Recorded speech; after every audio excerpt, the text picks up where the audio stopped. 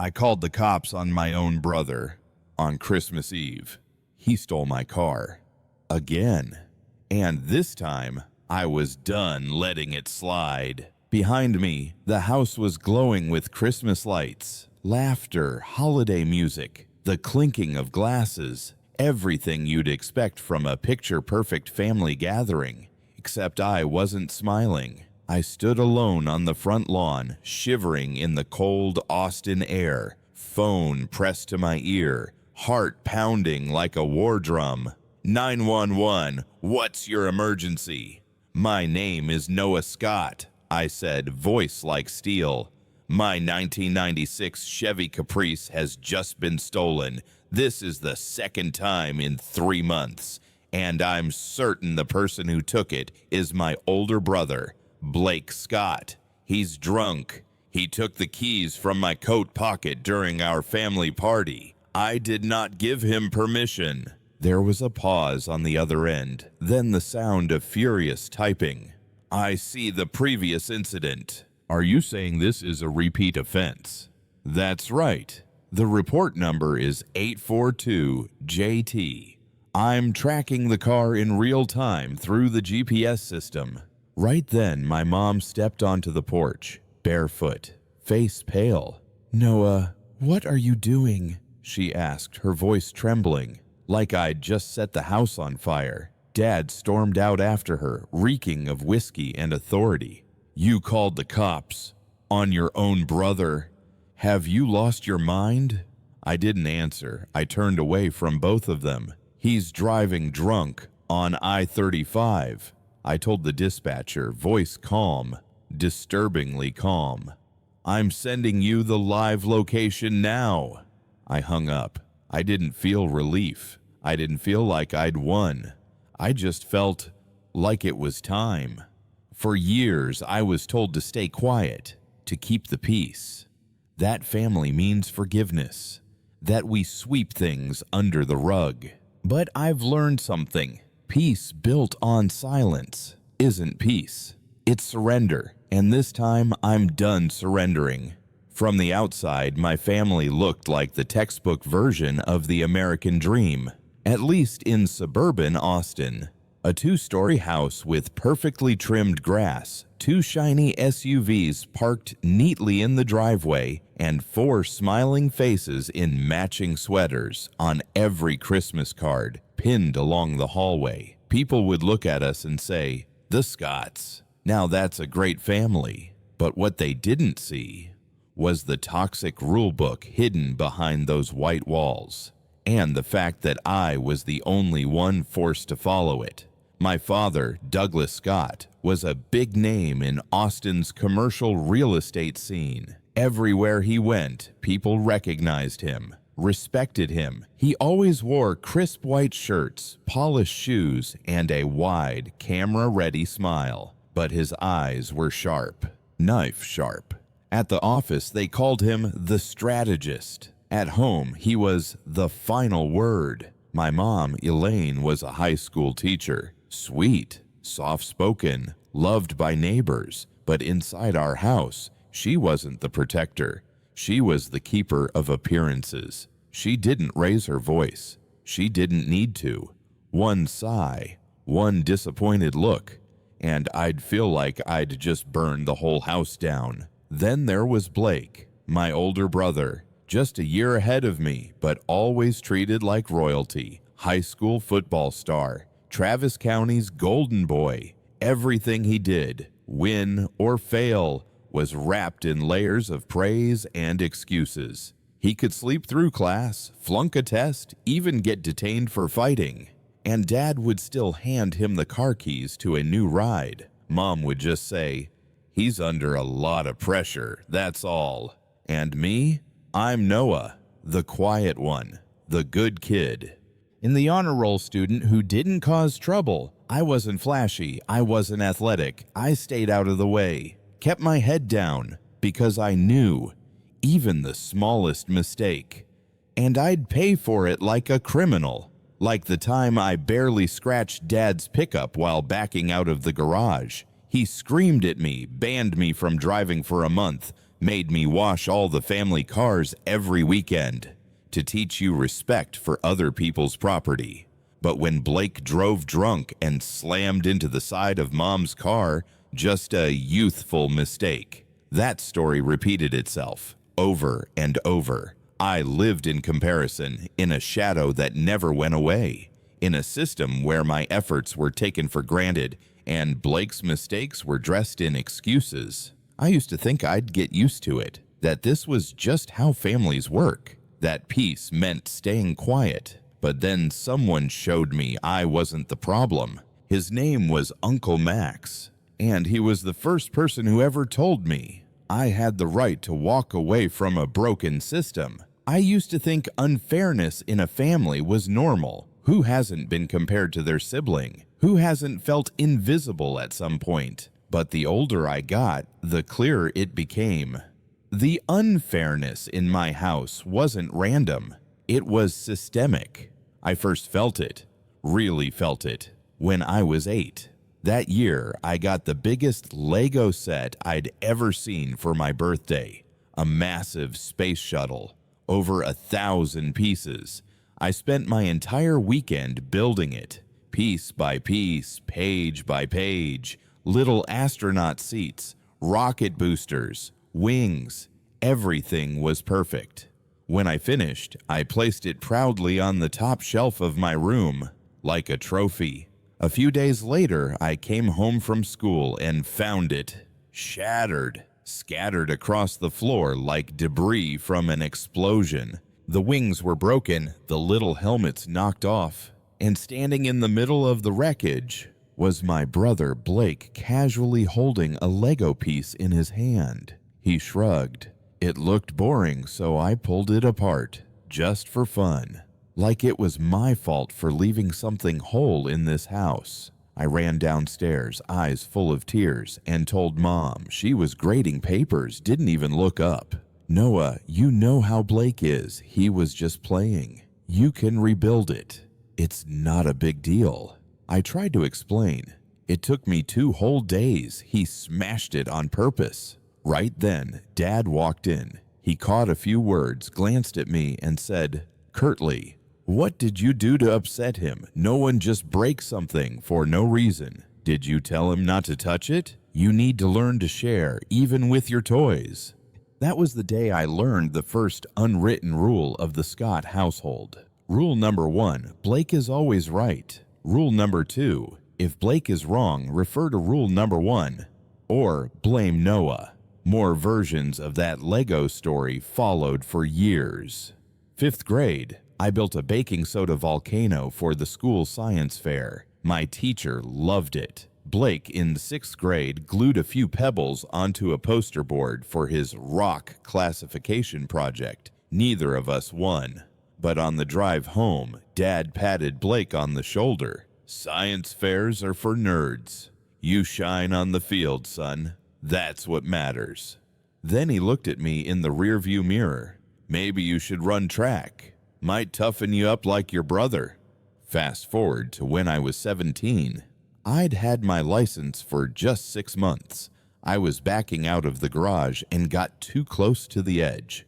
The back bumper barely tapped the brick. No paint damage, just the tiniest scratch, only visible in sunlight. I went inside and confessed immediately. "I'm sorry, I backed out too close. It just grazed it." Dad inspected the car, came back furious. I got grounded from driving for a month.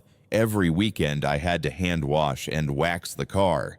He said, "This is how you learn respect for property." And yet, just 6 months earlier, Blake had taken Mom's car to a party, came home drunk, and left a long dent running across the passenger side. Didn't even tell anyone. Mom found it the next morning. Dad stepped outside, looked at the damage, then laughed, threw his arm around Blake and said, "That's how men learn. Nobody gets it perfect when they're just starting out." The car stories were just examples. It was everything. Every success of mine, just expected. Every mistake, a teachable moment. Every screw-up Blake made, wiped away with a smile and a pat on the back. I wasn't a jealous kid, I was just a kid who saw the truth. No matter how hard I tried, I would always be second place. I left home on my 18th birthday. There was no screaming match, no slammed doors,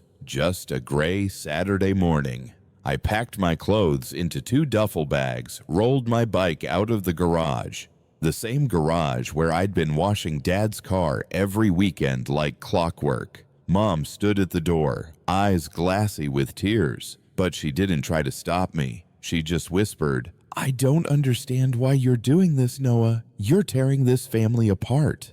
I didn't answer, because I knew she'd never understand. As I was walking out with my bike, a familiar blue pickup truck pulled into the driveway. It was Uncle Max.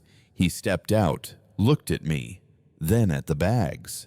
"Where you headed?" His voice was gravelly, firm. "I found a cheap room near work," I mumbled, avoiding his eyes. "It's not much, but I'll manage." He didn't say a word, just walked to his truck and opened the back door. "Get in, you're staying with me. The spare room's still empty. Don't worry about rent. Just keep the place clean and stay in school." Mom stepped outside again, ready to object, but Max cut her off. "Elaine, the boy needs space to breathe, and your house isn't that space anymore. Let him go." For the first time, I saw my mom back down when facing someone in the family. She just nodded and went back inside. That was the day my life really started. Living with Uncle Max wasn't some fairy tale, but it was the first time I ever felt free. No yelling over nothing, no comparisons, no invisible rules designed to keep me small. Max taught me real things: how to change the oil, fix a leaking pipe, balance a budget. Every Saturday night, we'd sit down, watch a game, crack open a light beer. He never asked about the past, didn't need to. I think he knew everything. He just didn't push. And somehow, that quiet kindness made me feel safer than anything else ever had. 3 years later, on my 21st birthday, he called me out to the backyard. We grilled like we always did. After we ate, he stood up, reached into his pocket, and tossed me a set of old metal keys. "You should have something that's yours," he said. "Not leftovers, not hand-me-downs, something that's just yours." Parked out front was a white Nissan Chevy Caprice, boxy, plain. A retired patrol car with wide mirrors and an engine that still growled. It wasn't flashy, it wasn't new, but to me, it was more beautiful than any car Blake had ever been given. "It was my first car," he said. "Now it's yours. It's not perfect, but it runs strong. And it's not just a car. It's your way of telling the world. You get to choose your own direction. No one else gets to hand it to you." I stood there in silence, choked up, not because of the car, but because for the first time in my life, someone saw me. Not Blake's little brother, not the problem child, but me. Someone with value, on his own. From that day on, the Caprice became my pride. I changed the oil myself, polished it every weekend, ordered original parts online, not because it was rare, but because it was mine, because I had finally earned something no one could take away from me, or at least, that's what I thought. The call came from Blake on a Tuesday afternoon. I was sitting in my office, sketching out plans for a row of townhomes in East Austin. Sunlight streamed through the window onto my desk. Everything was calm, until I saw Blake Scott flashing across my phone screen. I almost didn't answer, because Blake only calls when he needs something. But I sighed and picked up. "Noah, it's your big brother. How's life treating you?" His voice was warm, fake warm. I leaned back in my chair, kept my tone flat. "Same as usual, what's up?" He laughed. That laugh I knew too well, the one that always came right before a favor. "So, I'm having some issues with my sedan. It got towed the other day, and I'm still waiting on insurance. And Dad won't let me use the company car anymore because of that, little bump last week. So I thought, maybe you could let me borrow the Caprice for a while. I almost laughed, but it was more of a scoff than amusement. This time, I didn't sugarcoat it. No, not happening. The air on the other end went dead. Wait, what? Come on, man. Just a few weeks. You barely drive that thing anyway. It's just for show. You've had 3 cars in 5 years, Blake, and you trashed all of them. This one's mine, and I'm keeping it.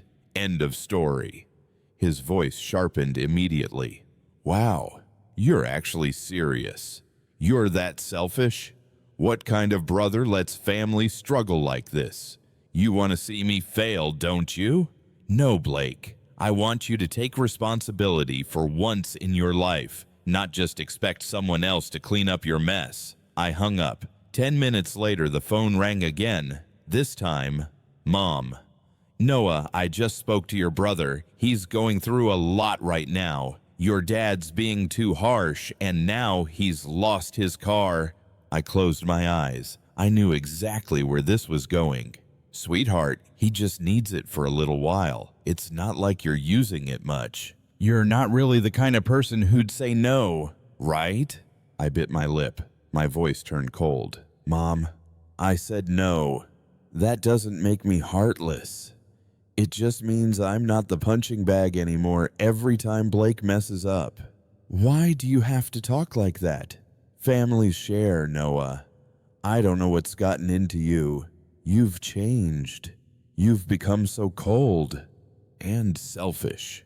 I gripped the phone tighter. That old feeling, guilt, pressure, the need to explain myself, it started creeping back in. But this time, I didn't let it win. I haven't changed. I've just stopped pretending everything's okay. I hung up, and then a third call. This time, it was Dad. You hung up on your mother? You think that car means more than your family? I clenched my jaw. I'm not letting Blake borrow it. That's final. His voice dropped, low and threatening, the same tone I remembered from when I was a kid. It embarrasses me to see you driving that hunk of junk around town. You're clinging to it just to spite me, aren't you? No, I'm keeping it because it's the first thing I ever owned. The first thing no one could take away. Dad snapped. I raised you for 18 years, and this is the thanks I get? Fine. You won't share. You're out of the will. Not a damn cent. I chuckled. I've made it 10 years without a cent from you. Hope you stay healthy, Dad. I ended the call. 3 attacks. 3 attempts to guilt me, pressure me, break me. But for the first time in my life, I didn't fold. That night, I told Jenny what happened. She just took my hand and said, "Good, that was the first time you drew a real boundary, and you were right to do it." I don't know what's coming next. But one thing's certain, the rules of the game just changed. A week after those calls, everything went quiet. No texts, no voicemails, not a single word from my parents or Blake. Part of me was surprised. A foolish part of me even hoped. Maybe they finally got it. Maybe they understood that I wasn't the same old Noah anymore. The quiet one. The agreeable one. The one who always said yes. I was wrong. So wrong. That Tuesday, I stayed late at the office, tweaking a layout for a townhouse project on East Austin. The sun had already dipped behind the buildings. The wind was dry and sharp. Winter was creeping in. I walked into the parking garage, heading toward my usual spot. 3rd row, far left. That's where I always park the Caprice. But when I turned the corner, I froze. The spot was empty. No Caprice. No car, just cold concrete and tire marks fading into nothing. My heart started racing. Did it get towed? Stolen? I looked around trying to stay calm, reaching for my phone to call the police. And then I saw it.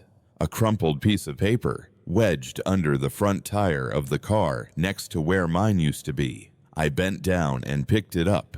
It was a gas receipt from a station near my parents' neighborhood, and scribbled on the back in handwriting I knew far too well. Borrowed it. B. My hand clenched the paper. I wasn't even angry in the way you'd expect. Not red hot. Not yelling. It was cold. Sharp. Blake hadn't just ignored me. He'd taken the one thing I truly valued and treated it like a joke. My first thought, how did he get the keys? I rushed back to my apartment, opened the drawer. Main keys were still there, but the spare. I knew there were only 2 originals, and I had both. So how? And then I remembered something Blake once bragged about. Old Caprices, Crown Vics, you can buy a universal key online. Pops right in like butter. He bought a skeleton key. He planned this. I called my mom first. "Where's Blake?" I asked. No greeting, no small talk. She hesitated, confused. "Noah, what's going on?" "He stole my car. Don't act like you don't know." He just borrowed it. He left a note. He really needed a way to... How did he start the car? Did you help him? Silence. Then, barely above a whisper, "He found the spare in one of the old drawers. I didn't think you... There is no spare. You're lying." I hung up before the fury could spill out of me. Next, I called my dad. He answered instantly. "What now? Making a big deal over a damn car again?" "He has 1 hour to bring it back, or I'm filing a report." "You file that report and you'll destroy this family. He just borrowed it. What do you think the cops will do over something that small?" 1 hour. Then we'll see how small it really is. I hung up. 45 minutes later, I heard tires screech in the condo lot. The Caprice pulled in. Filthy, dusty, scuffed on the sides. Blake stepped out and tossed the keys onto the pavement like trash. "Happy now, princess," he sneered. I looked inside the car. Energy drink cans, burger stains, the smell of smoke and fast food clinging to the seats. "How'd you get in?" "Universal key. Bought it online. Your car ain't a vault, dude." He turned to leave. "Last time, Blake. Touch my car again, and next time, you won't just lose the keys, you'll lose your freedom."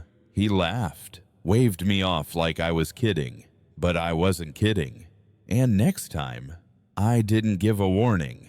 The very next morning, I drove straight to Uncle Max's.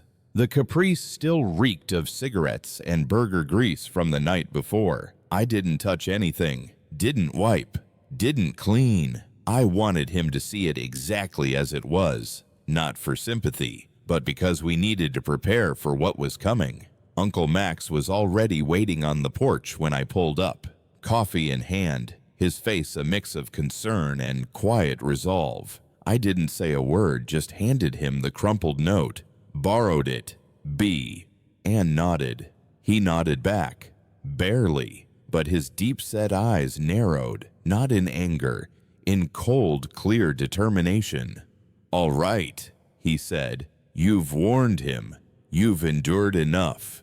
We're done negotiating. From now on, we treat this like what it is, a theft." I hesitated. "I'm not filing charges, Uncle. I just want to protect myself." He nodded. "Then we start with a record. No prosecution, just paperwork, official and time-stamped. So if anyone tries to twist this later, they'll have a much harder time."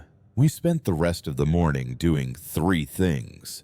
First, he helped me document the condition of the car, but only after taking photos. The note, the stains, the mess. even the neighbor's doorbell cam footage that showed Blake peeling out of the lot like a maniac. Second, Max popped the hood. "Time to install this," he said, handing me a tiny piece of metal. It was a GPS tracker with a remote kill switch. He'd bought it a year ago but never installed it. "If he takes the car again," Max said, "you press a button, the engine dies. He'll be stranded in the middle of the street wondering why it won't start." I didn't speak, just tightened the last bolt and closed the hood. Finally, I drove to the North Austin precinct to file my first ever police record. I wasn't scared. Not because I'd done anything wrong, but because making something legal in a family like mine always came with that creeping guilt. Am I overreacting? But Jenny's voice echoed in my head, firm, unapologetic. "Without paperwork, no one believes you. The law doesn't protect feelings, it protects facts." I stood at the front desk, facing a tired-looking officer who still carried some kindness in his eyes. "I'm not pressing charges," I told him. "I just want an official incident report in case this happens again." He nodded. "So, informational only. No investigation, no arrest, just documentation." "Yes." I told him everything. Time, date, name of the person who took the car, no permission, what evidence I had. He typed everything quietly. No judgment, no extra questions. "So let me confirm. Blake Scott, your older brother, used a false key to take your 1996 Caprice. No consent, no violence. And you're the legal owner. Title, registration, it's all in my name. And you're not pressing charges. You just want the record." "Exactly." He printed the report, signed it, stamped it, and handed it to me.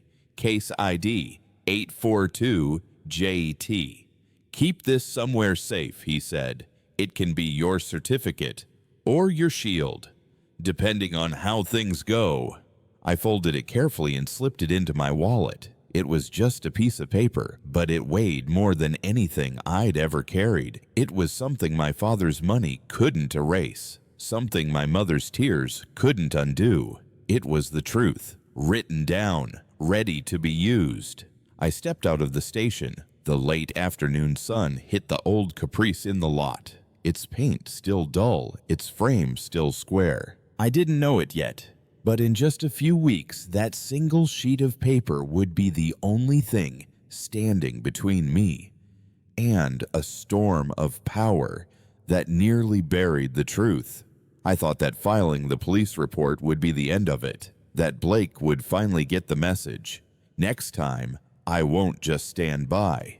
But I overestimated his pride and underestimated just how blindly loyal my family still was.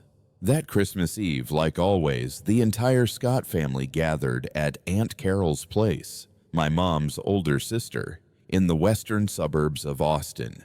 It was the kind of house that screamed holiday perfection from the outside. Roaring fireplace, blinking string lights, buffet tables groaning under casseroles and pies, cheap wine in every glass, and smiles, so many of them, fake, stretched, fragile. Jenny came with me. She wore a simple red sweater, her hair tied up neatly, looking both polite and quietly powerful. We had to park a block away. The driveway and curb were full. I locked the Caprice by hand, double-checked the door, then slipped the key into the inner pocket of my coat, hung it on a rack overflowing with everyone else's jackets tucked in a guest bedroom. "Just a couple hours," I whispered to Jenny. "We'll eat, smile, and leave." "You sure?" she asked, gently squeezing my hand. "Yeah, besides, it's the last time." The house smelled like roast chicken, cinnamon, and cheap wine. Mom pulled me into a long, dramatic hug, whispering like I was a soldier back from war. I'm so glad you're here, Noah. It wouldn't feel like Christmas without you. I didn't respond, just gave her a quiet smile. Dad was laughing loudly with the uncles, whiskey in hand, face smug like nothing in his world had ever slipped from his control. And Blake, of course, was leaning by the fireplace, tight shirt, gelled hair, laughing with a few cousins. When our eyes met, he smirked, a half-mocking, half-challenging look, then raised his glass, as if to say, "Welcome back, little brother, right where you belong." I turned away. My heart didn't race. I wasn't nervous. I was just ready. About an hour in, while Jenny chatted with Aunt Carol in the kitchen, I slipped upstairs to the guest room, saying I forgot a phone charger in the car. I rifled through the jackets, reached for mine, and felt it immediately. Empty.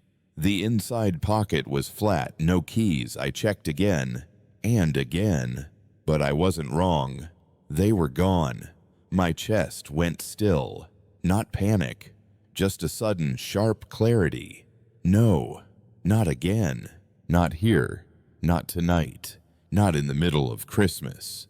Not surrounded by twinkling lights and gingerbread and fake peace. My hands were shaking as I pulled out my phone, opened the GPS tracker app Uncle Max helped me install. The map loaded. Blue dot. My location. I tapped over to Caprice. A red dot appeared, not where I parked it. It was moving, fast, out of the neighborhood, toward I-35. I froze for a second. There was no more doubt. Blake had taken my car. Again. No key. No permission. No pretense. No shame. He'd stolen it. On Christmas Eve, while the family was drinking and toasting and laughing downstairs. But this time, I didn't call Mom. I didn't call Dad. I didn't call Blake. I walked straight into the living room, found Jenny across the crowd. Our eyes met for just a second. She gave a single nod. "We're leaving," I said quietly. "Now." No one stopped us. No one asked. I pulled out my phone and made the call. 911, what's your emergency? I answered calmly, like I was setting an appointment. My name is Noah Scott. My 1996 Caprice has just been stolen. The person who took it is my brother, Blake Scott. There's a previous report on file, case number 842JT. I'm tracking the vehicle via GPS. He's currently driving on I-35, and I have reason to believe he's drunk. He's driving on the highway, and I have reason to believe he's intoxicated. There was a pause on the other end. Then the dispatcher's voice sharpened. We're dispatching the nearest available unit now. Please stay on the line and continue tracking the vehicle.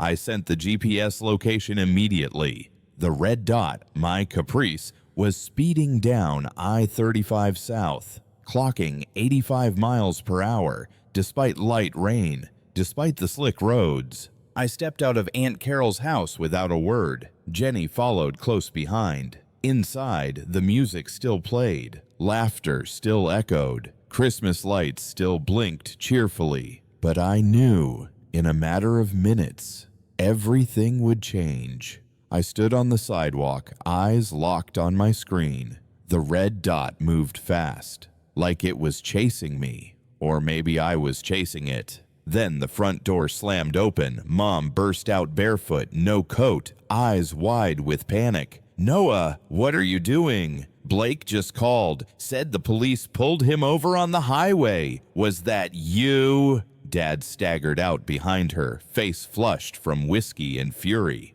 Are you insane? You called the cops on your own brother on Christmas Eve. You trying to destroy this family's name? I didn't look back. My eyes stayed on the screen. The red dot stopped. It had pulled over, roughly 5 miles away. That's when my phone rang. Unknown number. I answered. This is Sergeant Williamson with the Texas State Police. We've stopped a white 1996 Caprice per your report. The driver, Blake Scott, is in custody. Did he resist? No, but he showed clear signs of intoxication. He lost control when we signaled him to stop, skidded, and lightly hit a guardrail. No injuries? Front of the car's damaged. My heart clenched. I wanted to be angry. I wanted to feel vindicated, but all I felt was a cold, hollow ache. We'll need you at the scene to confirm ownership and complete the report. I'll be there shortly. I hung up. Dad lunged forward, grabbing my arm. You're not saying a damn word to the cops. I'll handle this. I'll tell them it was a misunderstanding. I yanked my arm free. No, there are no misunderstandings left. I turned to Jenny. She nodded. We got in her car and headed toward the highway. When we arrived, red and blue lights lit up the roadside. 2 cruisers, 1 wrecked Caprice. Front end crumpled. Passenger headlight shattered. Blake was sitting on the curb, head in his hands, pale as a ghost. A trooper approached me. You, Noah Scott? Yes. Can you confirm this is your vehicle and that the driver had no permission to operate it? Correct. I filed a theft report previously, case number 842JT. I've never, not once, given him permission to drive this car. That's when Mom arrived. She ran to me sobbing. Please, Noah, he's your brother. He was just drunk. He didn't mean it. Dad followed behind, silent now, face stiff, watching Blake like he'd just realized his golden boy was a ticking time bomb, one that finally went off. The officer nodded and jotted into his notebook. Blake Scott is being taken into custody for motor vehicle theft, driving under the influence, and failure to comply with a lawful order. He'll be held overnight, pending arraignment. As they cuffed Blake and walked him to the cruiser, I said nothing.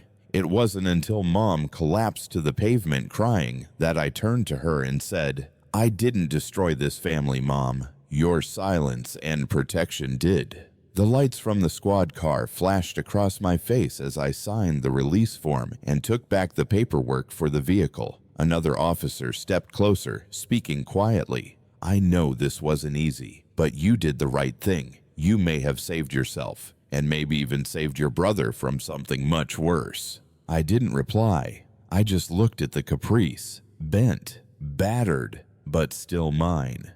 It was no longer just a car. It was proof. Proof that I didn't stay silent this time. Blake was held for 3 days. Police kept him through the weekend because of the severity of the charges: vehicle theft, driving under the influence, and failing to comply with a lawful stop. I didn't push for criminal prosecution. I just signed off to initiate the official process. But it was no longer in my hands. The file was open. The legal system had stepped in. On the 4th day, my mom called. Sweetheart, we need to talk. We're family, Noah.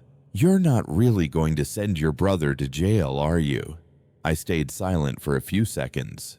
Then I answered, Are we talking, Mom? Or are you trying to make me feel guilty? I'm not blaming you, Noah. I'm worried about Blake's future. A record like this. You know what that could mean for him. I let out a quiet laugh. Not bitter, not broken, just clear. And what about my future, Mom? 18 years of walking on eggshells, 10 years of staying quiet, getting my car stolen, being mocked, being ignored. Where does my future fit into all your worries? She choked up. I just want peace between my sons. No. You want me to endure things in silence so the family looks peaceful. That's not peace. That's polished oppression. And I ended the call. An hour later, Dad called. His voice wasn't angry. It was calm. The kind of calm that only comes from someone who knows they're losing control. Noah, I talked to someone at the DA's office. If you drop the statement and refuse to cooperate, they'll downgrade the charges. Nothing permanent. We can go back to normal. I didn't respond. I let him keep going. What do you want? Money. I can put the apartment in your name, or help you start that architecture firm you've been dreaming about. But this is tearing the family apart. That's when I laughed. For real. This family fell apart the day you taught Blake how to shift blame and taught me how to stay silent. His voice started to slip. You think you're some kind of martyr? Some hero? Have you even thought about your mother? About this family's name? About what this does to my reputation? No, I don't want to be a martyr. I just want to be a person who isn't manipulated, who isn't used, who's allowed to be angry without being punished for it. You'll regret this, Noah. One day you'll realize you ruined everything. I lowered my voice. Steady, clear. No, Dad, I didn't ruin anything. I just stopped pretending you built this family on anything solid. Then I hung up. That afternoon, I received an email from the county prosecutor. The case had officially been opened. Blake would face charges for unauthorized use of a motor vehicle with a repeat offender clause. He probably wouldn't serve time, but the criminal record wouldn't go away. I printed the email, folded it, slipped it into an envelope. Then I opened the trunk of the Caprice, pulled out an old photo taken when I was 12. I was smiling, next to Blake, next to Mom and Dad. I burned it, right there on Uncle Max's porch. Not out of hatred, but because I finally understood something. Memories don't hold us back. It's the worship of a broken past that keeps us trapped in pain. The local courthouse held the hearing on a Monday morning. It was cold, but the sun was sharp and clear. I arrived early. White shirt, light blue tie, gray slacks. Not flashy, but not careless either. I wasn't there to fight. I was there to end it. Jenny came with me. She stayed quiet, holding my hand tight as we waited in the car. Inside the hallway, most people were strangers, except for three familiar figures. Mom, eyes sunken, sleepless. Dad, arms crossed, leaning against the wall, face frozen cold. And Blake, slumped on the bench. White shirt, loose tie, empty eyes. But unlike every time before, he wasn't performing anymore. No polished charm, no smirk. Just a man facing the reality he'd spent his life dodging. When the clerk called the case Scott v. Scott, the room fell silent. I stepped up to the witness stand when summoned, felt every eye on me, but I didn't shake. I spoke clearly, calmly. 2 incidents of vehicle theft, GPS data, security footage, police reports, and a long pattern of manipulation and cover-ups inside the family. Blake's attorney tried to spin it, a family dispute. He only borrowed it. A criminal record would ruin his life, but the prosecutor tapped the desk and presented 3 undeniable facts. The handwritten note, borrowed it. B, the gas station receipt outside his residential radius. The GPS data showing reckless speeds while he was driving. At the end of the hearing, the judge looked directly at Blake, spoke slowly.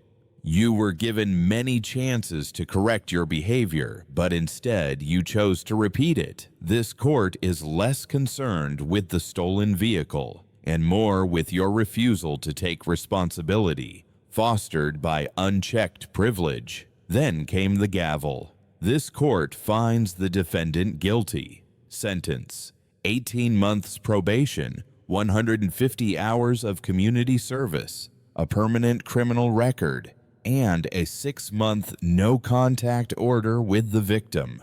Mom broke down crying. Not for me, but for the death of the perfect family illusion. There was nothing left to protect. No way to spin the truth. Relatives whispered, phones lit up, texts were sent. The story began to spread. Dad said nothing, just walked out before the judge finished the sentence. Blake was cuffed, loosely, not because he was dangerous, but because it was protocol. Still, to me, it was the image of an empire crumbling under the weight of its own arrogance. As I stepped into the hallway, a young guy, maybe a student, looked up and asked quietly, "You're the one who reported the car theft, right?" I nodded. He said, "My cousin took my car once, used it for street racing. The cops didn't believe me. My mom told me not to make it a big family issue, but after today, I think I might start documenting everything." I looked at him, placed a hand on his shoulder. "You have every right to protect your boundaries, even if the person crossing them is family." 3 months after the trial, I moved out of my old apartment in North Austin. I found a smaller place, quieter, tucked near Lake Travis, not to escape, but to begin again, for the first time in my life, on a foundation built from truth, not expectations, not roles I never chose. The Caprice sat quietly in the garage. Uncle Max and I had replaced the front end ourselves, every scratch, every patch of new paint, not to hide the past, but to remind me I was hurt. And I got back up. Blake hasn't contacted me. Mom still texts sometimes, usually brief, wandering messages. "How are you? It's getting cold. Don't forget your coat." And always one line that never changes. "I never meant for it to go this far. I just want the family to be at peace."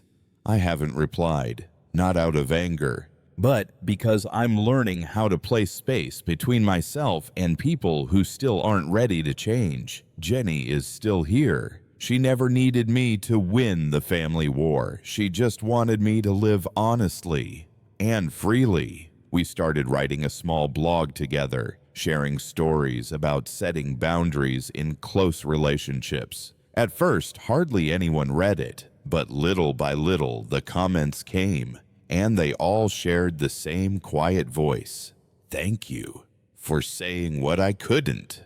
Uncle Max visits most weekends. Sometimes he brings breakfast from his favorite bakery, sets it down, and says, "Sometimes a new family begins with 2 people willing to place a period where others keep adding commas." I look at him.